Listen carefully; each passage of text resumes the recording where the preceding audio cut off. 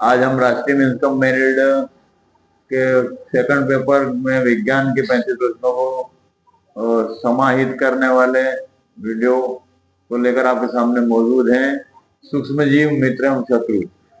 ये जो हमारे वीडियोस हैं ये आपको कॉम्पिटिटिव एग्जाम्स, गवर्नमेंट जॉब की जो एग्जाम है, बैंकिंग, एसएससी, रेलवे, पटवारी, एमपी पुलिस, इनमें भी मदद करेगी। तो आप ये ज्यादा से ज्यादा सब्सक्राइब करें ताकि हमारे अगले वीडियो के नोटिफिकेशन आप तक मिलते रहें और आप हमारे जो कंटेंट से लाभान्वित होते रहे। तो आज सूक्ष्म जीव मित्र एवं शत्रु वाले पार्ट में हम आपको बताना चाहेंगे कि हमारे जैसे कि ईश्वर के बारे में कहा गया है कि ईश्वर कण कण में व्याप्त होते हैं, हर जगह ईश्वर विद्यमान है। उसी प्रकार से हम सूक्ष्म जीवों के बारे में भी कह सकते हैं कि सूक्ष्म जीव जो होते हैं वो भी जल, थल, आकाश और हर जगह, चाहे वो बर्फ वाला इलाका हो, चाहे वो रेगिस्तान हो, और यहाँ तक कि ज्वालामुखी के लावे में भी सूक्ष्म जीव पाए गए हैं। सूक्ष्म जीव जो होते हैं वो कभी कभी हमारे शत्रु होते हैं और कभी मित्र भी बन जाते हैं। मतलब कुछ सूक्ष्म जीव ऐसे हैं जो हमारे लिए पॉजिटिव काम करते हैं और कुछ सूक्ष्म जीव ऐसे होते हैं जो हमें बीमारियां पैदा करते हैं, तो वो हमारे शत्रु हैं। अब बात करते हैं सूक्ष्म जीव कितनी श्रेणियों में बांटे जा सकते हैं, सूक्ष्म जीवों का वर्गीकरण किन किन में कर सकते हैं। तो देखो, सूक्ष्म जीव जो होते हैं वो होते हैं जीवाणु, कवक, प्रोटोजोआ, शैवाल, और विषाणु भी एक सूक्ष्म जीव है।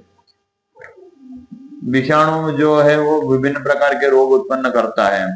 जीवाणु भी विभिन्न प्रकार के रोग उत्पन्न करते हैं, लेकिन बहुत सारे जीवाणु जो ऐसे होते हैं जो हमारे लिए लाभदायक भी होते हैं। जैसे लैक्टोबैसिलस जो जीवाणु होता है वो दही को जमाने का काम करता है। उसी प्रकार से जो फलीदार पौधों की जड़ों में राइजोबियम बैक्टीरिया होता है वो नाइट्रोजन का स्थिरीकरण करके जो है उसको नाइट्रोजन प्रदान करता है पौधे को।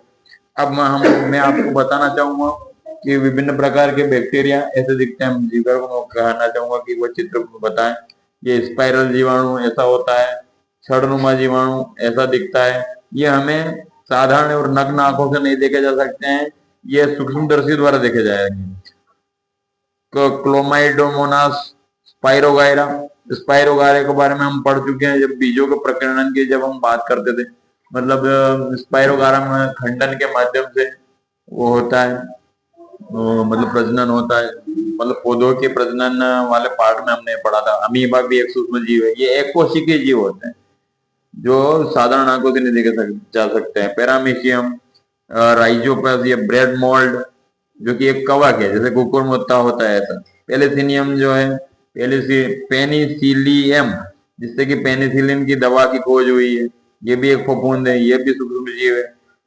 एस्परजिलस की बात करें हम, या विषाणु की बात करें, देखो विषाणु ये गाड़ी के शॉकअप जैसा, ये ऐसी आकृति होती है उसकी।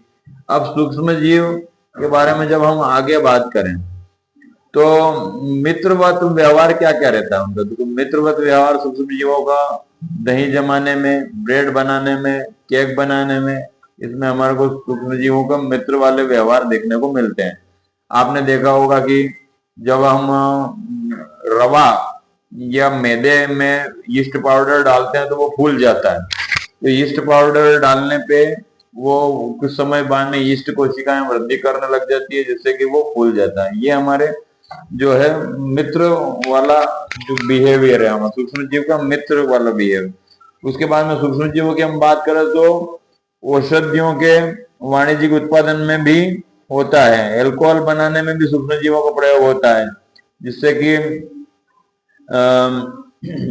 मतलब एंटीबायोटिक बनाने में, प्रतिजैविक बनाने में भी उसका उपयोग होता है, मतलब सूक्ष्म जीवों का। किण्वन के माध्यम से अल्कोहल बनाया जाता है जब शराब को मतलब जब अंगूरों को सड़ाया जाता है, या जो है गेहूं और चावल को सड़ा के अल्कोहल बनाई जाती है। तो ये यीस्ट कोशिकाओं के अवायवीय श्वसन के माध्यम से अल्कोहल की उत्पत्ति होती है। ठीक है। और एलेक्जेंडर फ्लेमिंग जीवाणु रोगों से बचाव हेतु संवर्धन पर प्रयोग कर रहे थे और अचानक उन्होंने संवर्धन तस्तरी पर हरे रंग की फफूंद देखी। तो इस फफूंद के माध्यम से उन्होंने पेनिसिलिन का आविष्कार भी किया, पेनिसिलिन नामक आविष्कार भी किया। उसके बाद में हम बात करते हैं कि जो है बहुत सारे सूक्ष्म जीव दूध में होते हैं, और जब हम उसको एकदम से गर्म करके 70 डिग्री सेंटीग्रेड तक गर्म कर लेते हैं और एकदम ठंडा जब कर देते हैं तो और वापस उसे पैकेट में बंद कर देते हैं, तो वो सूक्ष्म जीवों की वृद्धि रुक जाती है और अधिक समय तक वो दूध उपयोग में लाया जा सकता है। ये जो है पास्चुर लुई पास्चर नामक वैज्ञानिक ने ये जो है विधि का खोज करी थी, इस कारण से इसे पास्चुरीकरण कहा जाता है। तो जो है और हम बात कर लेते हैं कि सूक्ष्म जीव हमारे लिए हानिकारक क्यों। एक सूक्ष्म जीव लाभदायक ये भी है कि जो है दही जमाने के लिए लैक्टोबैसिलस नाम का बैक्टीरिया बहुत लाभ करता है हमारे को। लैक्टोबैसिलस जो बैक्टीरिया है वो कहीं ना कहीं हमें मित्र की भांति हमारे लिए उपयोग में आता है। उसी प्रकार से अब रोग कारक जीवाणु जो हमें शत्रु के रूप में हमारे सामने आते हैं, वे सूक्ष्म जीव की यदि हम बात करें तो संचरणीय रोग के जो कारक होते हैं, जो घरेलू मक्खी द्वारा घरेलू मक्खी जिनका वाहक है वो वाले बैक्टीरिया की बात कर लें, या जो हम मादा एनोफिलिस मच्छर की बात करें जो प्लाज्मोडियम को ले जाती है। लोग समझते हैं कि मादा एनोफिलिस जो कारक है मलेरिया का, लेकिन कारक नहीं है, ये वाहक है। मतलब मच्छरों की कुछ प्रजातियां होती है, जैसे कि एनोफिलिस मच्छर, एडिस मच्छर। अब एनोफिलिस मच्छर में जो मादा मच्छर होती है वो अपने डंक पे प्लाज्मोडियम को ले जाती है और जब हमें काटती है तो वो प्लाज्मोडियम हमारे रक्त में इंजेक्ट कर देती है, जिससे कि मलेरिया होता है। और एडिस मच्छर जो होता है वो एडिस मच्छर की भी मादा है, जो एडिस मच्छर होती है वो डेंगू रोग का जो वाहक होता है उसे डेंगू रोग का जो मतलब कारक होता है उसको ले जाती है और उसका वाहक है।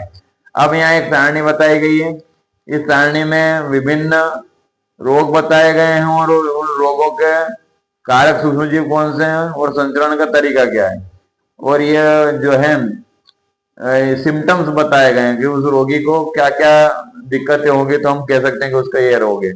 ये मिन्सकम मेरिट में अधिकांश पूछे जाते हैं। क्षय रोग जो है जिसे टीबी या तपेदिक भी कहते हैं, ये जीवाणु द्वारा होता है और वायु के माध्यम से फैलता है। खसरा जो होता है वो वायरस के माध्यम से होता है और वायु के माध्यम से फैलता है। चिकन पॉक्स वायरस द्वारा होता है और वायु और सीधे संपर्क से फैलता है। पोलियो वायरस है और वायु और जल के माध्यम से फैलता है। तो जो ये वायरस के माध्यम से जो रोग होते हैं वो उनके लिए टीके बनते हैं, उनके लिए कोई एंटीबायोटिक नहीं बनती है। उसके बाद में हम बात करें हेजा और टाइफाइड, ये दोनों जीवाणु द्वारा होते हैं और हेजा जल और भोजन के द्वारा फैलता है और जो है टाइफाइड जल के द्वारा फैलता है। हेपेटाइटिस ए भी वायरस द्वारा फैलता है और ये जल के माध्यम से हमारे अंदर जाता है। मलेरिया प्रोटोजोआ या प्लाज्मोडियम द्वारा फैलता है और इसका वाहक है मच्छर, मच्छर के काटने से होता है। तो जब हम कहीं गड्ढे में पानी इकट्ठा हो रहा होगा, हम वहां घासलेट वगैरह डाल देंगे तो वो आपस में सांस नहीं ले पाएंगे, श्वसन नहीं कर पाएंगे, तो इस कारण से वो मर जाएंगे। तो ये उनको रोकने का बहुत अच्छा उपाय है बैक्टीरिया का। अब यहाँ फसलों में भी कुछ रोग होते हैं सूक्ष्म जीवों द्वारा। नींबू का कैंकर रोग जीवाणु द्वारा होता है। गेहूं का रस जो है कवक द्वारा होता है। भिंडी की पीत नामक रोग है वायरस द्वारा होता है। अब जो हम बात कर लेते हैं यदि बैक्टीरियाओं से और जीवाणुओं से खाने को हमें ज्यादा समय तक रखना है सुरक्षित, तो क्या करना पड़ता है? इसके लिए हमें जो है विभिन्न जो है प्रिजर्वेटिव्स का उपयोग करना पड़ता है। नमक, चीनी, तेल आदि का उपयोग इसके माध्यम से करते हैं। गर्म और ठंडा, जल्दी गर्म करके कोई चीज एकदम ठंडी कर लेंगे तो उसके माध्यम से भी जो है वो ज्यादा समय तक खाद्य सामग्री रहने लग जाएगी। उसके बाद हम बात कर लेते हैं नाइट्रोजन चक्र की। नाइट्रोजन में जो चक्र में जो राइजोबियम बैक्टीरिया मदद करता है फलीदार पौधों की गांठों में, लेक्यूम पौधों की जड़ों में जो पाया जाता है, वो भी हमारा एक मित्र सूक्ष्म जीव है। और यहाँ पर चित्र बताने का कहूंगा मैं जिगर को कि ये ऐसे नाइट्रोजन चक्र चलता है। मिट्टी में उपस्थित नाइट्रोजन जो यौगिक होते हैं उनको जीवाणु द्वारा नाइट्रोजन यौगिकों में परिवर्तित कर दिया जाता है और वो नाइट्रोजन में वायुमंडल में मिल जाती है। फिर वहां से तड़ित द्वारा नाइट्रोजन स्थिरीकरण होता है और वापिस जमीन में आ जाती है। फिर वायुमंडलीय नाइट्रोजन का जीवाणु नीले हरे शैवाल भी स्थिरीकरण करते हैं। जीवाणु द्वारा स्थिर नाइट्रोजन को नाइट्रोजन यौगिकों में परिवर्तित करके पौधों द्वारा वापस ले ली जाती है। तो इस प्रकार से नाइट्रोजन का चक्र चलता रहता है। पौधों द्वारा नाइट्रोजन का सीधा अवशोषण भी कर लेते हैं कुछ कुछ पौधे, और जंतुओं द्वारा पौधों का खाने के साथ में वो जंतुओं में नाइट्रोजन चली जाती है, और उत्सर्जन और अन्य जगह से भी वो नाइट्रोजन वापस मुक्त होती है मिट्टी में, जिससे कि वो मिट्टी में मिल जाती है। तो इस प्रकार से नाइट्रोजन का चक्र चलता रहता है। तो आज हमने जो है विभिन्न सूक्ष्म जीवों के शत्रु और मित्र वाले जो है रूप को देखा। आशा है आपको समझ में आया होगा और बहुत अच्छा लगा होगा। आपको अपनी प्रतिक्रियाएं कमेंट बॉक्स में देते रहें और मेरे चैनल को सब्सक्राइब करें ज्यादा से ज्यादा। मिलते हैं किसी अन्य टॉपिक के साथ, तब तक जय हिंद, जय भारत, जय माता।